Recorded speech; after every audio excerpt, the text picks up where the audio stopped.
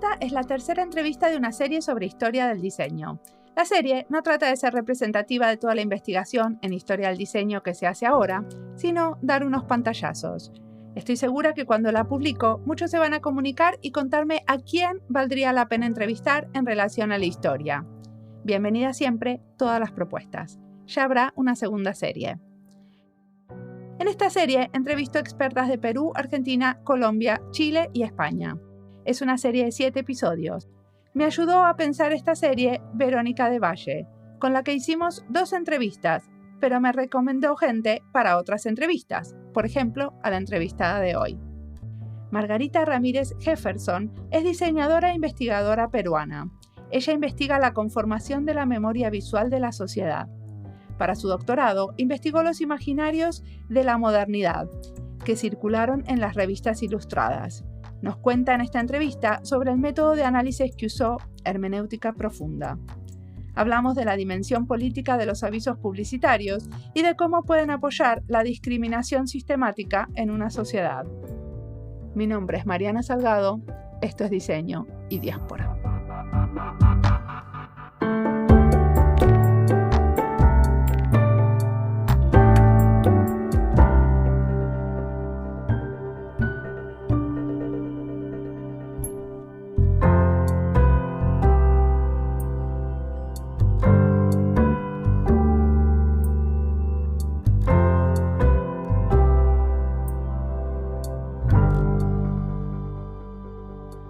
Mi nombre es Margarita Ramírez, yo soy peruana, soy diseñadora gráfica y me dedico básicamente a la enseñanza y en los últimos años a la investigación en diseño, pero como es la época en la que trabajo es el siglo pasado, es más diseño publicitario, digamos, ¿no? Claro, en esa época no se decía diseño, era publicidad o artes gráficas o artes publicitarias.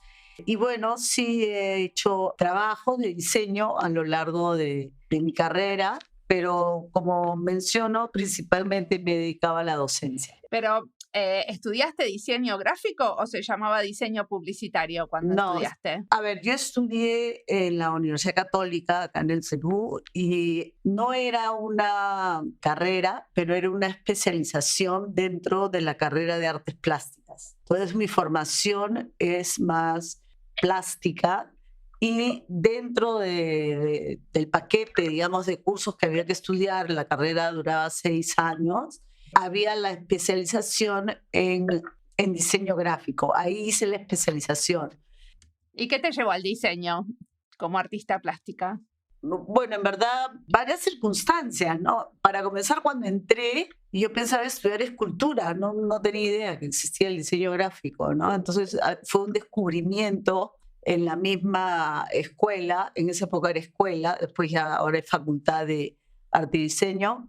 Ahí mismo fue un descubrimiento este espacio y bueno, poco a poco me fue capturando y terminé en diseño gráfico, casi sin saber que existía, o sea, sí consumía visualmente diseño, pero no tenía idea que existía una carrera, más bien lo vinculaba a la publicidad, no tanto al diseño. Y como era en una escuela de arte, nos llevaron más a la ilustración y a la parte del diseño menos publicitaria, ¿no? Y más ligada a la ilustración. Perfecto. Y después te pusiste a investigar, ¿cierto? Porque hiciste un doctorado en diseño. Bueno, sí, terminé la carrera, comencé a enseñar en un instituto de publicidad donde trabajé muchos años, el IPP.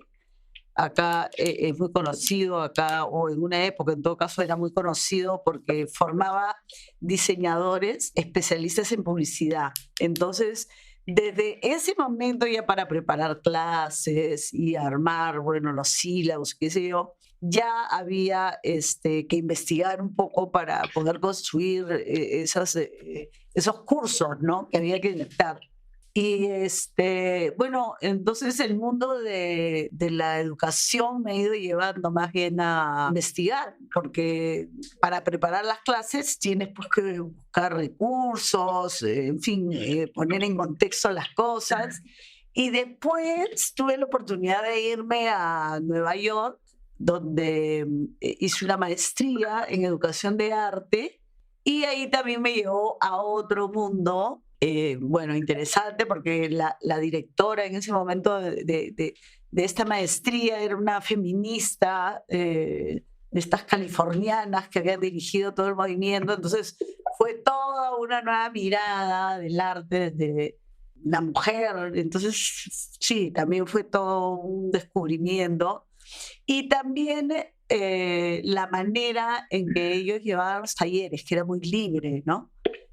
Tú podías hacer lo que quisieras, el profesor estaba un poco para guiarte a que tú lograras hacer lo que quisieras. Entonces, no había esto que yo había tenido acá, que era que el profesor decidía cuál trabajo hacías o qué boceto estaba bueno. Pero esto de estudiar en un contexto donde el movimiento feminista era como importante, ¿cambió tu manera de ver el diseño?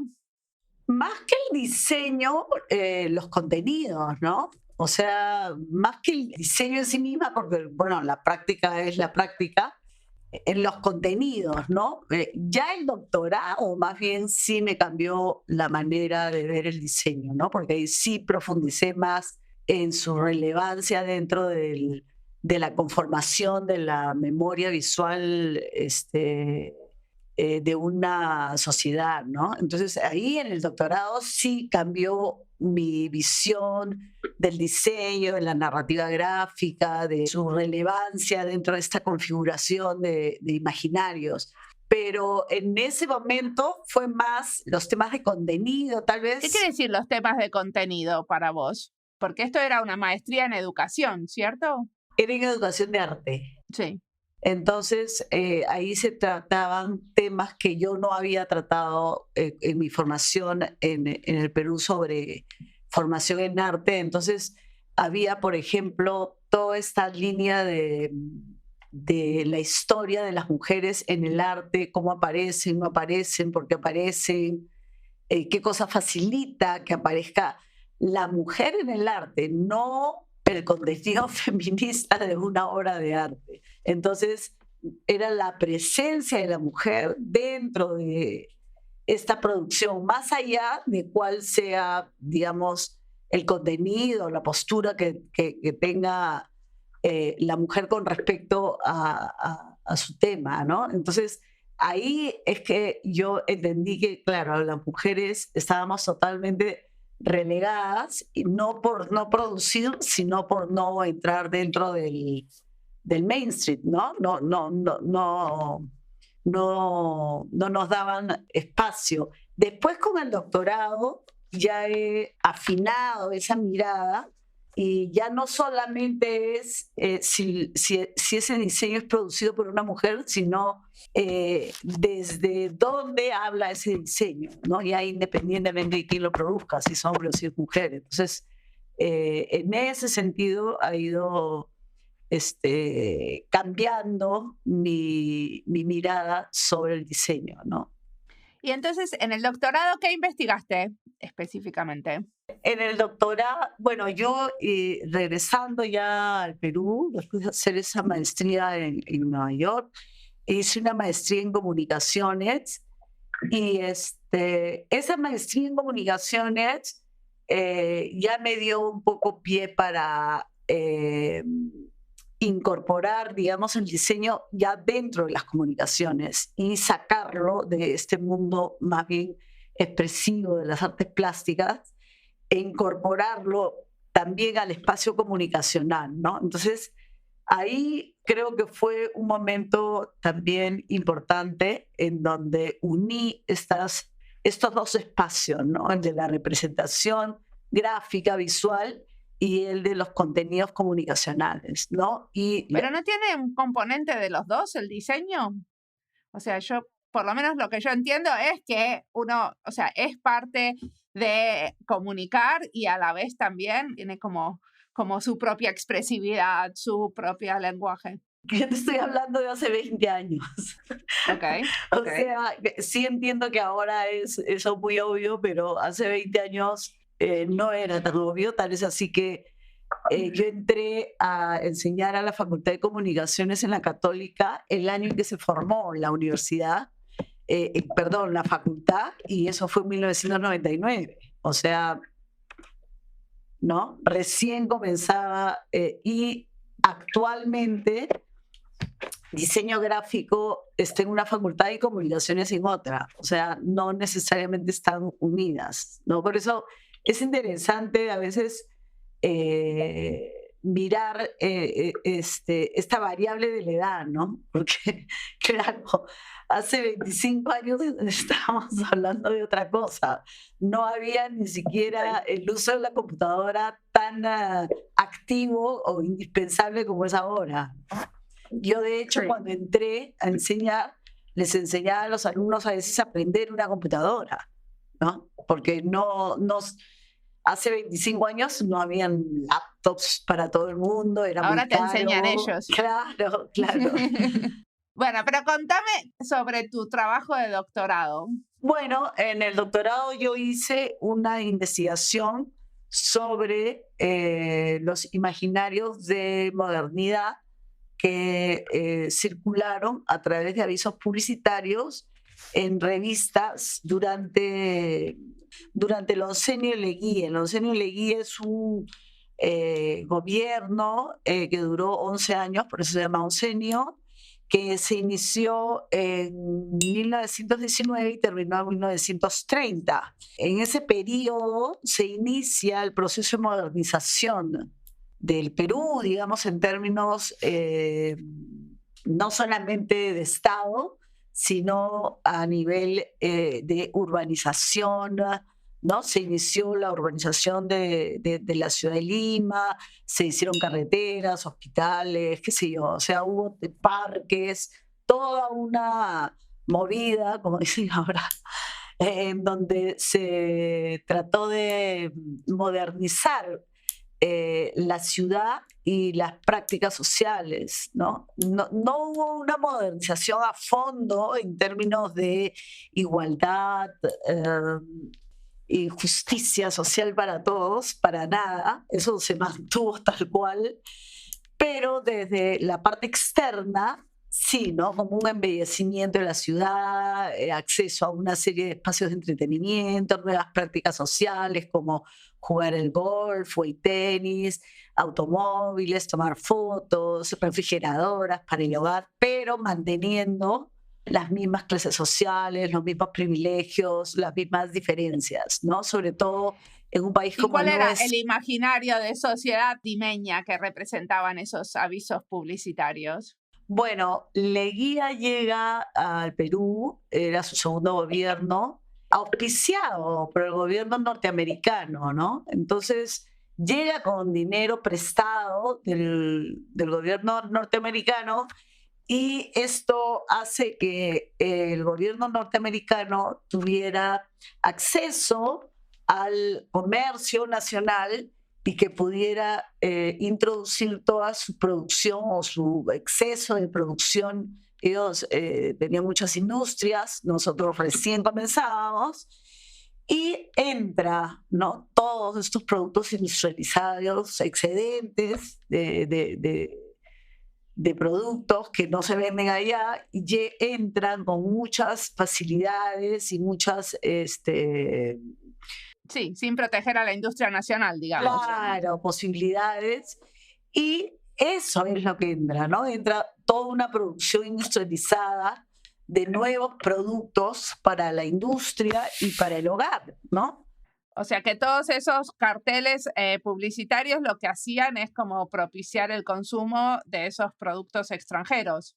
Exacto, pero como venían acompañados de ilustraciones y de imágenes, no tanto fotos, más para la marca Kodak sí venía con fotos, pero el resto eran dibujos.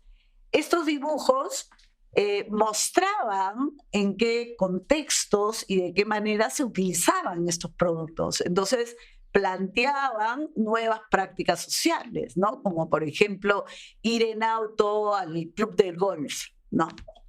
Entonces tú veías ahí el club del golf, qué sé yo, jugando golf y un carro, y sobre todo conducido por mujeres. Eso es un tema interesante porque impulsa un poco la idea del consumo de mujeres, y esto es producto de la Primera Guerra, ¿no? En donde las mujeres entran, la Primera Guerra Mundial, entran a reemplazar la mano de obra masculina que se va a pelear a la guerra, y ellas se vuelven entonces personas que tienen capacidad de consumo, ¿no? Entonces hay las cámaras de foto y los autos dirigidas básicamente a las mujeres, ¿no? Para que ellas se hagan cargo un poco, como yo digo, de la memoria con las cámaras de foto y de recorrer la ciudad, ¿no? Con los autos particulares, ¿no?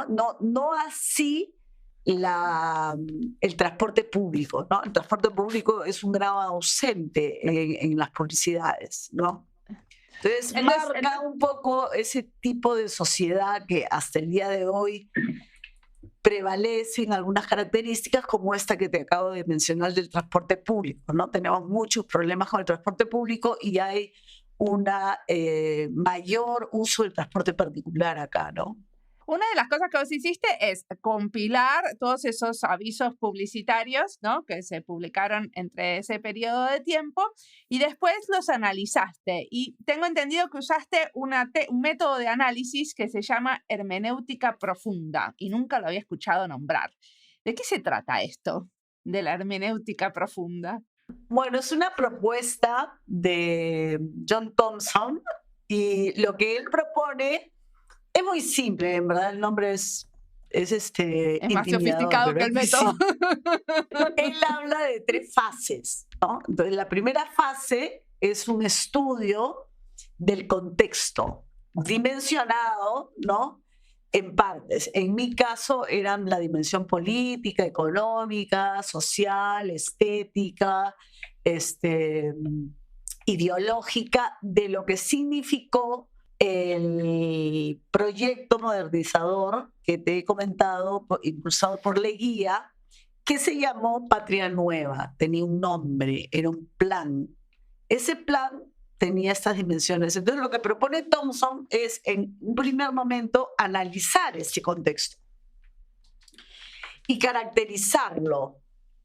Después propone en una segunda fase hacer un análisis que él le llama formal y discursivo, en donde puedes utilizar las técnicas y herramientas que quieras, desde la análisis de contenido, del discurso semiótico, análisis visual, análisis, en fin, la herramienta que tú quieras. Y esto te permite identificar, bueno, no solamente sus formas, sino los contenidos de los que habla, ¿no? Estas formas comunicacionales. En mi caso fueron avisos publicitarios. Y luego, en la tercera fase, él te propone interpretar y reinterpretar. Entonces, ¿qué es lo que haces ahí? Lo que haces, digamos, de manera simplificada, es qué dimensión, por ejemplo, política, se ve reflejada en los avisos. O qué iniciativa, por ejemplo, ¿no? Una iniciativa que hubo fue el reconocimiento de las comunidades indígenas. No reconocer a los indígenas como ciudadanos, sino reconocer a las comunidades indígenas como espacios con autonomía. Y de qué manera se representan esas comunidades indígenas o gran, digamos, iniciativa de haberlas reconocido, ¿no? Históricamente eran esclavos y ahora ya eran reconocidas como comunidades indígenas con su propia historia, espacio geográfico y pasado, cómo eran vistas en la publicidad y si eran vistas o no, ¿no? Entonces, por ejemplo, ahí encontré un aviso en particular en donde aparecen efectivamente 4 indígenas, pero, digamos, representados más bien, bueno, con una vestimenta no típica de acá, porque acá en los Andes se hace mucho frío y acá se usa poncho y chullo y qué sé yo. Ahí parecían indígenas de la Amazonía, que más bien es una zona de mucho calor, pero digamos la vestimenta no representaba, y que estaban en una posición así, haciendo alabanza a un sol, ¿no? Porque efectivamente los incas, al dios que veneraban era el sol, pero en el sol estaba inscrita la marca de un automóvil, ¿no? Entonces, esa es la manera como la publicidad representa a los indígenas en esa época, por lo que podríamos decir que no hubo desde la publicidad ninguna iniciativa que permita ver a los indígenas en una condición de ciudadanos o de igualdad de derechos, ¿no? Sino por el contrario, más bien en una actitud de esclavos. O sea que en un país con un componente indígena súper importante como es Perú, es muy interesante que en esas publicidades en general los más representados sean gente europea y estadounidense, ¿no? Esas imágenes que aparecen en estos avisos traen pues efectivamente un imaginario de que lo extranjero es el deber ser, ¿no? Es como uno debería ser, debería actuar, debería estar, ¿no? Sí, y aparte como ponen en situación más de poder a esa clase alta peruana que sí tiene raíces europeas, ¿no? Exacto, pana, digamos, ¿no? Básicamente, y que sí pone en valor un tema, una vez más, externo, ¿no? Que tiene que ver con el color de la piel y no con tus capacidades, ¿no? Y bueno, y también es algo que seguimos luchando, no solamente en el Perú, sino que en toda la región, con este tema de lo blanco, entre comillas, ¿no? Del ser blanco, entre comillas, ¿no? ¿De qué manera se lucha? O sea, bueno, de igualdad de derechos, de que no haya discriminación, de que nos traten a todos por igual, de que se validen capacidades que no tienen que ver con lo físico, ¿no? En ese sentido, las mujeres han logrado o hemos logrado mucho reconocimiento, pero no necesariamente en términos de color de piel, ¿no? O sea, Sí. las mujeres blancas de repente tenemos mayores oportunidades y accesos que las mujeres que no son blancas, ¿no? Y que claramente pertenecen a otras etnias, ¿no? De hecho, es todo un tema. Totalmente, sí.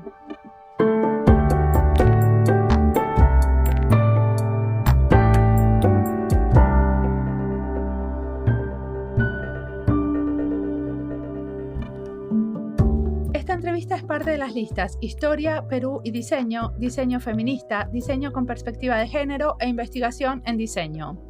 Las entrevistas las encuentran en Spotify, YouTube y en la sección de recomendados de nuestra página web.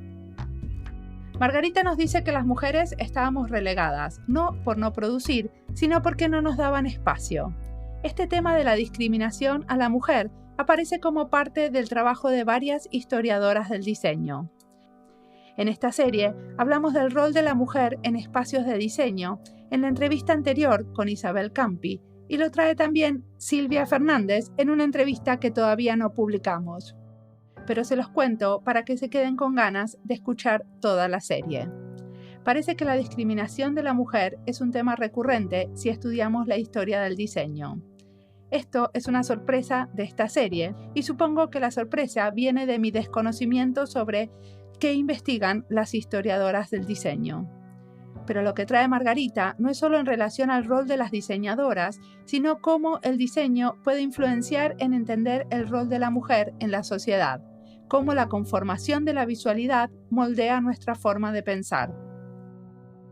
Hace poco, un escritor finlandés escribió un libro muy bueno y cuenta en una entrevista que su mujer le sugirió cambiar el personaje principal de hombre a mujer.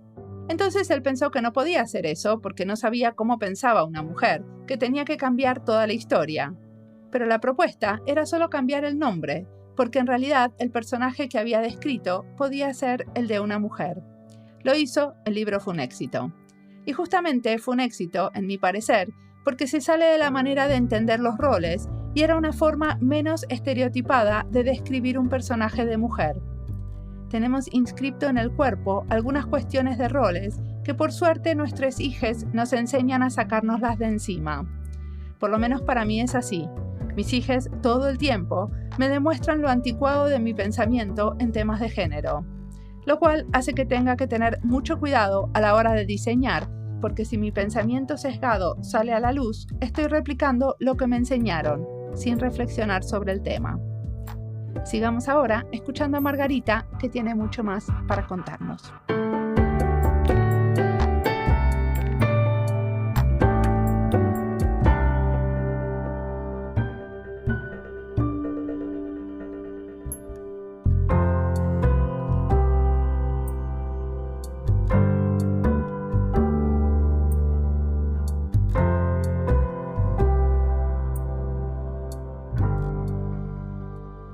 Con esta investigación vos decís que te propones cuestionar el rol de los diseñadores publicitarios. ¿De qué manera los cuestionás? O sea, ¿qué tendría que hacer un diseñador que le llega un pedido de haceme esta publicidad? Bueno, efectivamente, la idea es pensar qué estamos representando, a quién estamos representando y, por lo tanto, qué ideología estamos impulsando desde nuestra elección de representación, ¿no? ¿Y vos pensás que ahora cambió eso un poco? ¿Que ahora tenemos la posibilidad de representar de una manera más diversa? Bueno, yo creo que se representa de una manera más diversa a veces los cuerpos y las pieles, pero no el canon estético, ¿no? Sigue prevaleciendo un canon estético que no es diverso y es único, y bueno, las mujeres de hecho hemos aprendido a dialogar con eso, ¿no? Permanentemente. El cuerpo que vemos en la publicidad y el cuerpo que tenemos, el color de piel que vemos en la publicidad y el color que tenemos, los rasgos físicos, la nariz, los ojos, la boca, las orejas, el pelo, o sea, permanentemente estamos cuestionadas, ¿no? Entonces, yo creo que las personas que utilizan, y de hecho los diseñadores lo hacen, utilizan representaciones o hacen representaciones de personas, a veces utilizan representaciones ya aceptadas, ¿no? Y esas representaciones ya aceptadas no necesariamente son inclusivas y no necesariamente están poniendo el foco en donde hay que ponerlo, y más bien distraen con una cosa estética que responde a una estética que no necesariamente es local ni regional, y más bien es una estética impulsada por sectores que de repente no tienen nada que ver con nosotros, por ejemplo, como latinos, ¿no? ¿Y cómo hacemos para que cambie eso? Bueno, yo creo que los cambios siempre son a nivel macro y micro. O sea, hay grandes movimientos, no como Me Too, que uno se une a esas marchas, pero sí, te haces presente y todo el mundo te escuchó, pero en tu casa, no sé, te siguen jalando los pelos. Entonces, yo creo que es un tema de la educación, es un tema que pasa por la formación, es un tema que pasa en espacios muy reducidos, como los salones de clase y el trabajo personal, y creo que desde ahí se pueden lograr más cosas que manifestaciones públicas, que sí, es un saludo a la bandera y a la hora de los loros. No tienes toda la información ni todo el conocimiento para poder enfrentar eso en tu día a día, ¿no? Porque una cosa es salir a marchar una vez al año y otra cosa es diario enfrentarte a estos mandatos. Permanentemente te están negando, ¿no? En tu integridad física o en tu postura o en tu manera, en todas tus maneras de expresarte, ¿no? De cómo hablar, cómo vestirte, con quién estar, a dónde ir, qué consumir, qué marca consumir, qué marca no, para ser o no ser, o para pertenecer o no pertenecer, ¿no? Pero ¿te parece que los diseñadores y diseñadoras hoy en día, cuando salen al mercado, tienen posibilidad de estar en esa resistencia y no ofrecer representaciones tan aceptadas? Yo creo que sí, pero digamos, yo parto de que uno como unidad, como persona, tiene que estar convencido, ¿no? Si no, no convences a nadie. Entonces, no puede ser simplemente que yo digo y hablo y a la hora de los loros, mi manera de actuar y de interactuar en el mundo es totalmente la esperada, ¿no? Entonces, también tiene que saber argumentar. Exacto. Escuchar a investigadoras como vos que se dedican a profundizar sobre estos temas.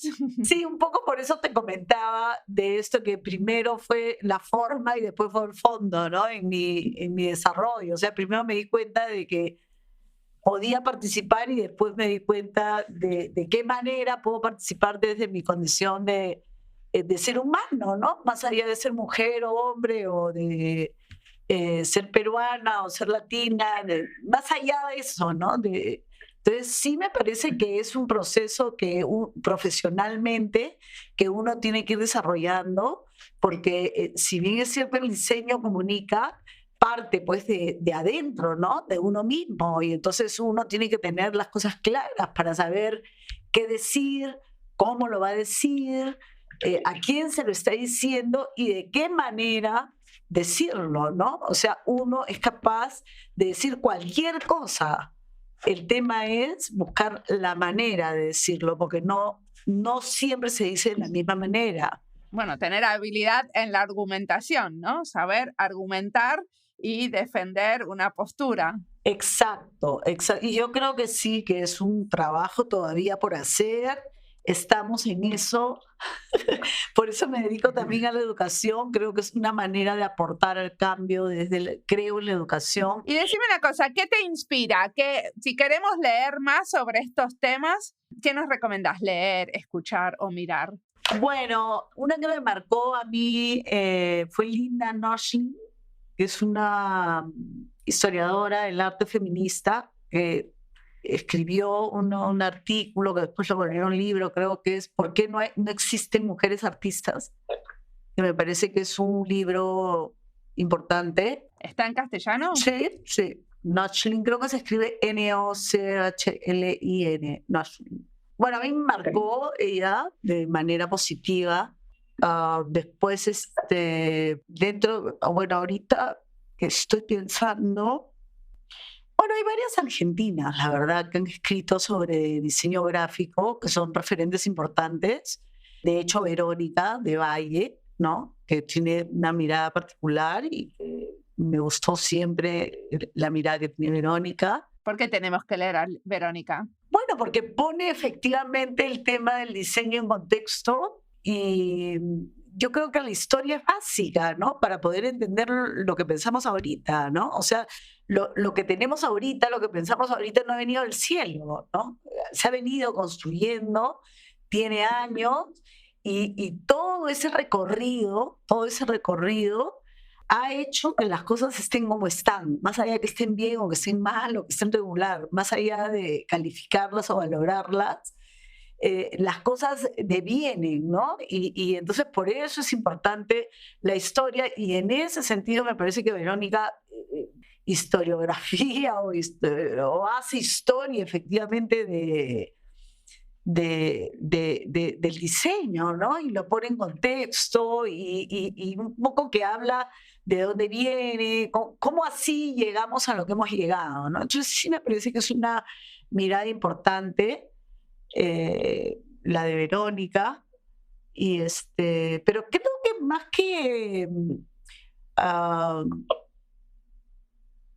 que diseñadores, yo tiendo a leer personas o autores o escritores que me ayuden a entenderme también, ¿no? Una de las personas claves ha sido Aníbal Quijano, que es un filósofo, sociólogo peruano, que es quien plantea el concepto de colonialidad del poder, ¿no? Y yo creo que ese es un tema muy importante que hay que trabajar, porque justamente en mi tesis yo lo que termino diciendo es que hemos tenido o seguimos viviendo una colonialidad cultural, ¿no?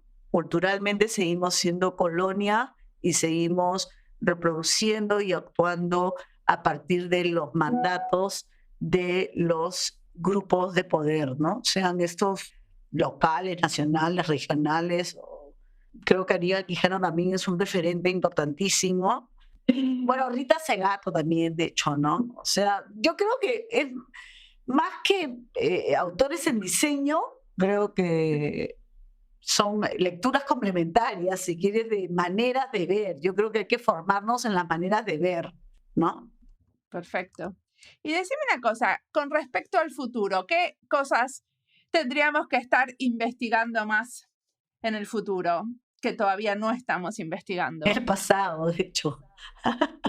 Cuando comencé no era mucho de historia, y cuando entré a la época en Leguía, entendí todo el Fujimorato, ¿no? Que fue, no sé, 80 años después, ¿no? Que también fue un periodo enorme, también de miles de 9 años, y entendí muchas cosas, ¿no? Entonces, para conocerte, tienes que conocer tu historia, pues tienes que conocer, ¿no? Uno mismo, ¿no?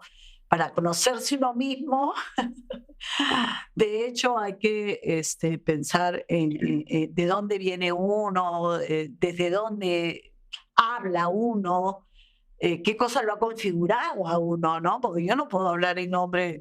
¿Y vos desde dónde hablas? Bueno, desde mi condición de clase media, de limeña, de sanisidrina, de egresada de la Católica, profesora de la Católica, o sea, desde un espacio de privilegio, definitivamente, y desde ahí aporto, ¿no? Tampoco lo puedo negar, ni tampoco puedo ser otra, ¿no? Soy lo que soy, y bien por mí, o mal, no me interesa, pero desde ahí hablo, ¿no? Pero yo no puedo hablar por lo que no soy, ¿no? Y por lo que no entiendo. Entonces sí me parece básico entender quiénes somos, y para entender quiénes somos, saber de dónde venimos, ¿no? Bueno, muchísimas gracias por la A entrevista. ti, Magel, la oportunidad de recordar estas ideas, ¿no? Que aparecieron durante todo el proceso de investigación del doctorado, que yo creo pues que es una etapa importante, porque es un momento en el que te permite reflexionar con mucha libertad y con mucha información sobre los temas que te interesan, ¿no? Vas llegando, ¿no? En verdad no sabes cuál es el tema que te interesa. Te interesan algunas cosas y vas llegando a tu tema. Y sí. Es verdad, uno hace un plan de investigación y al final lo vas haciendo y rehaciendo durante todo el camino 20.000 veces, ¿no? El primer plan de investigación, a lo que terminas escribiendo, hay un mar y un océano en el medio. Sí, yo comencé diciendo no quiero hacer historia. ¿Y qué pasó? Encontré este periodo y dije, ¿qué es esto? Eso me interesa. Y lo que pasa, a ver, yo tengo las revistas en mi casa, es parte de biblioteca personal, entonces tengo una colección importante, ¿no? Tengo todas las revistas Variedades, todas las revistas Mundial, y la revista, que se llama así, la revista de 1919 a 1932. Pero las leía tu mamá, tu abuela, ¿cómo es que las tenés? O sea, mi abuelo tenía imprenta y parece que él ha ido empastando y guardando. Y eso después las tuvo mi papá. Mi papá tenía una biblioteca importante, entonces las tenía ahí en buen recaudo. Y al fallecer mi papá, yo heredo todo esto porque desde chica me sentaba en la biblioteca y me encantaba mirar estas figuritas, pues, ¿no? Estas publicidades me alucinaban. O sea que tu papá te hizo parte de la investigación. Bueno, mi abuelo diría, ¿no? Porque él fue él vivió esa época, entonces él empastó cada una, ¿no? Y sí, mi papá lo que tuvo la sabiduría de darle valor a esto y mantenerlo por años, ¿no? O sea, tengo revistas de hace un siglo, ¿no? Impresas hace un siglo, literalmente. Entonces, qué lujo, ¿no? No tener que ir al archivo y tener todo eso en tu casa. eso definitivamente. O sea, soy historiadora, pero digital. Sí, no tengo, sí, no. Yo escogí además el tema porque tenía acá, y como me decía Verónica, tú lo que tienes es una cantera. Y es verdad, recién ahora entiendo cuando me hablaba de que tenía una cantera. Realmente es un material importante que puedes entrar desde cualquier tema y desde cualquier espacio, porque puedes hacer editoriales o fotos o publicidades o textos o solo notas policiales o solo cuentos. O sea, realmente tienes para escoger, es una tienda casi, ¿no? ¿Y eso lo vas a mantener vos o dar a una biblioteca o a un archivo? Sí, por ahora lo tengo yo, pero sí, mi idea es, sí, de hecho, entregárselo a alguien, ¿no? Sí, de hecho. Porque yo no tengo las mejores condiciones para resguardarlo, aunque trato, pero sí, ojalá que, bueno, aunque ahora ya se está digitalizando todo este material, entonces, en verdad, ese sería, creo que, el final más heroico de estas revistas, digitalizarlas, ¿no? Aunque ya hay no todo completo, pero sí hay bastante. Bueno, muchísimas gracias. No, a ti, Mariana, muchas gracias y te felicito una vez más por la labor que estás haciendo y el trabajo de hormiga, porque nada, de ahora en adelante te voy a seguir, entonces. Ahora te voy a dar mi nueva lista de historia en diseño. Chévere.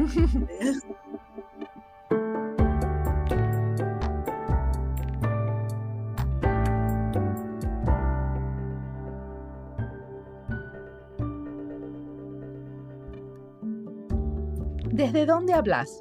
Margarita nos propone hacernos la pregunta y para eso ella investiga en su archivo familiar.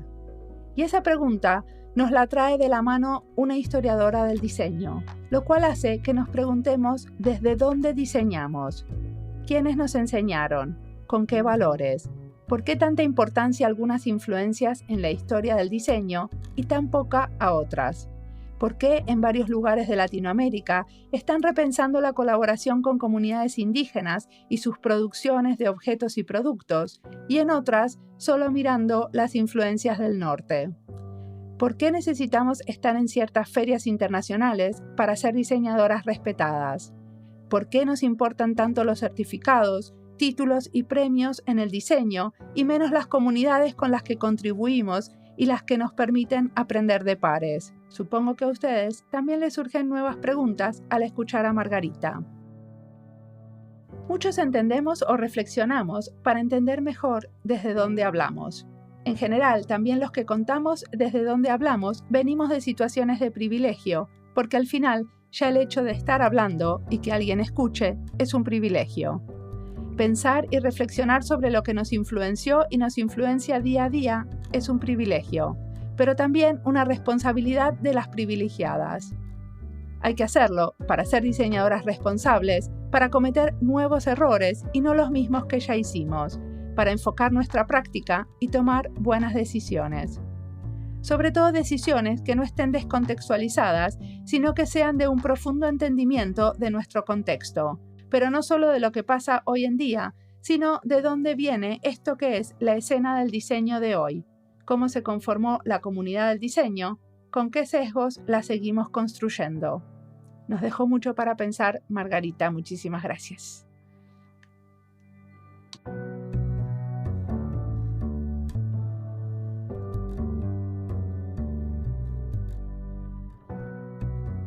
Como siempre, la música del podcast es de Antonio Zimmerman, el diseño de sonido es de Andy Fechi. Este podcast está producido con licencia creativa común con atribuciones. Esto fue Diseño y Diáspora. Pueden seguirnos en nuestras redes sociales de YouTube, Instagram, LinkedIn y X o Twitter, o visitar nuestra página web diseñoydiaspora.org. No olviden recomendarnos y recomendar nuestros libros. Nos escuchamos en la próxima.